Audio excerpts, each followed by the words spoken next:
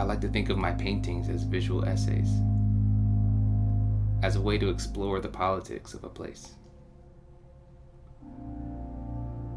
Society doesn't consist of just individuals, but it expresses the sum of interrelations, the relations within which these individuals stand. So that's a quote from Karl Marx's book Grundrisse, which is German for floor plans.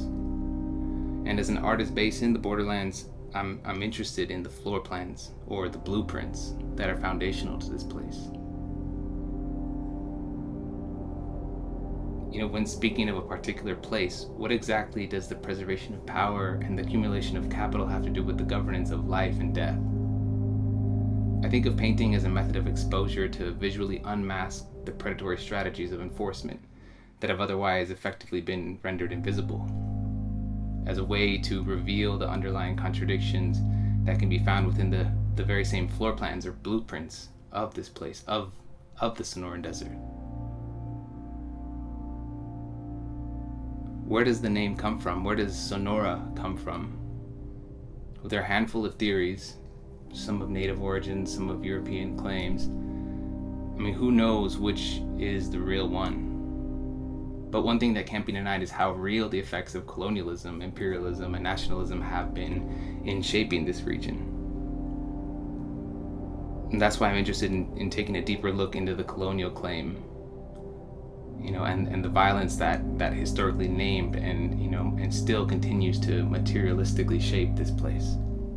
The story says Sonora was derived from Nuestra Señora, the name given to the territory in the mid-16th century when the conquistador Diego de Guzman crossed the Yaqui River on October 7th, the feast day of Nuestra Señora del Rosario, which is Our Lady of the Rosary.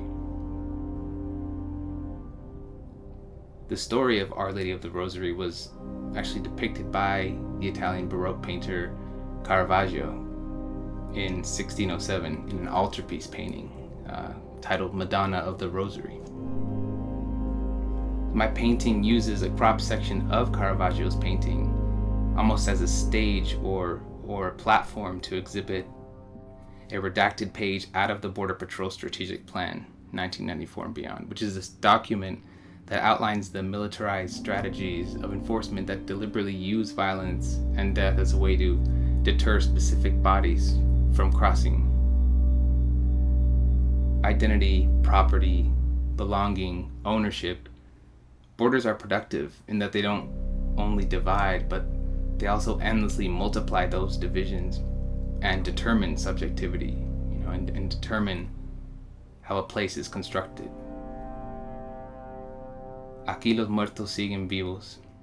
Here the dead are still alive, or here life is subjugated to the power of death.